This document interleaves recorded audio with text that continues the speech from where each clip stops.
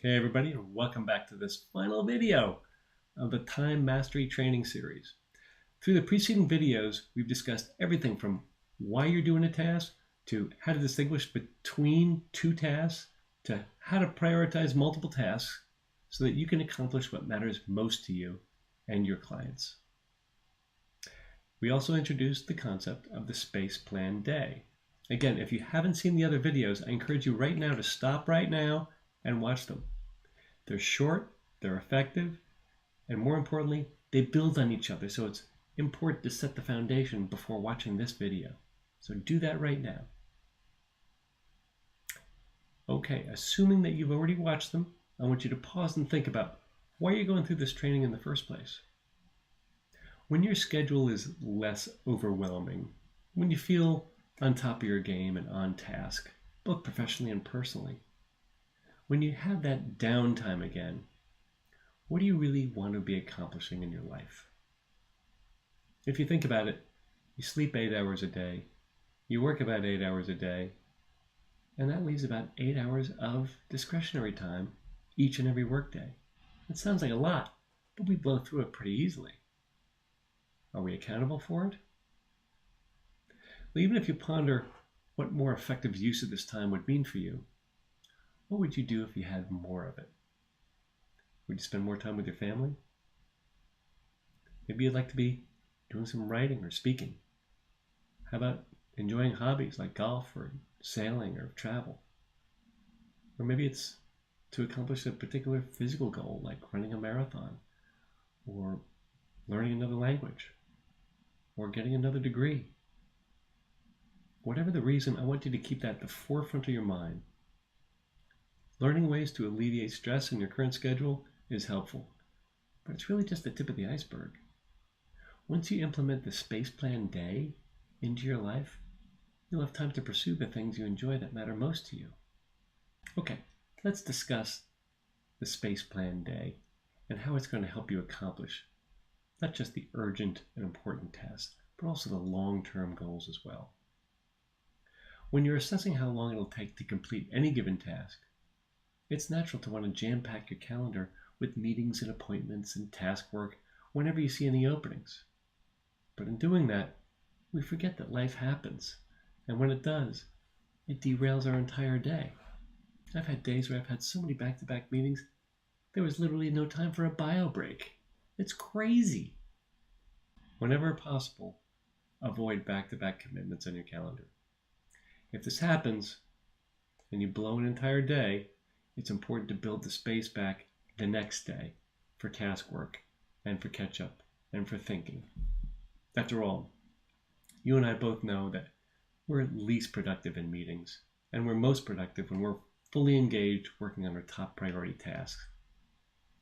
Meetings are important, yes, but they should be reserved for exchanging ideas, giving progress updates, and sharing strategies.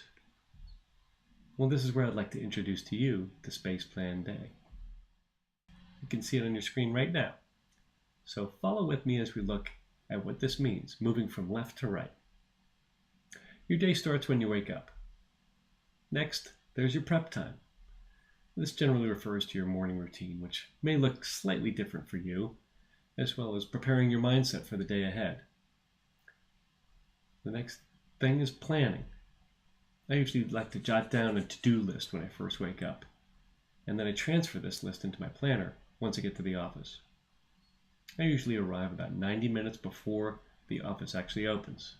It's here that I determine the day's big 3 priorities. I actually write down Gip's big 3 right in my planner.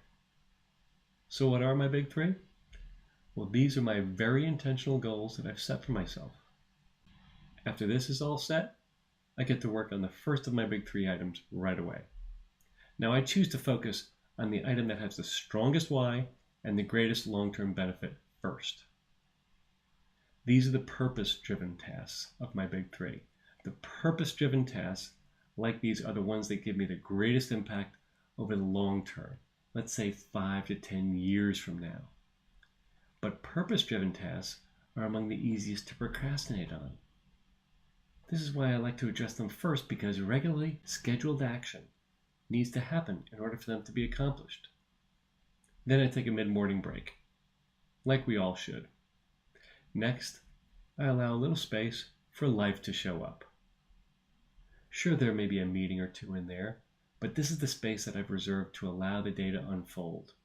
See, I know that interruptions are coming. I know unplanned events will take place. I know the fire drills are inevitable. We're in property management, so I plan for them. Then I'll take a little longer break. This is around lunchtime, and usually that's when I clear my head by going out for a run. I shower and get ready for the part 2 of my day. Then I'm ready to approach the second of my big 3 priorities. This is usually the strategy-driven task, which has the greatest mid-range benefit, meaning I'll start to see the impact of these things 6 months to a year from now. And again, this is not something that needs to be done today, but I purposely make time because someday never comes. Then I build in some more space for life to show up and deal with the daily tasks that come my way. But before the day's end, I have to focus on that third goal. It's usually the last of my big 3 is more of a time-driven task. It has the greatest short-term benefit. An example of this might be when I get to the end of my day and my desk is completely cluttered with open projects, I quickly sift through them, then commit to doing only what is absolutely imperative for me to complete before the day's end. That's going to be the one that I'm most certain I need to do, as that's the most time sensitive for me. Now, with what we just covered in these time mastery videos, I really want to encourage you to take action and build a space plan day of your own. One where you're focusing on one task at a time, one where you really understand your why and what drives you, one where you know which tasks are your top priorities so that you can complete what matters most, and also where you have scheduled space in your day where life can happen, because life will happen.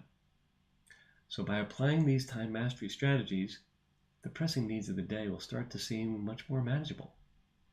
But as we began to talk earlier, I want you to begin thinking about what happens once you have more time in your schedule, more margin. What kind of personal goals would you like to pursue if you had the time? And while we've talked about space planning your schedule for a day, how would you like to learn how to see things over a longer time horizon?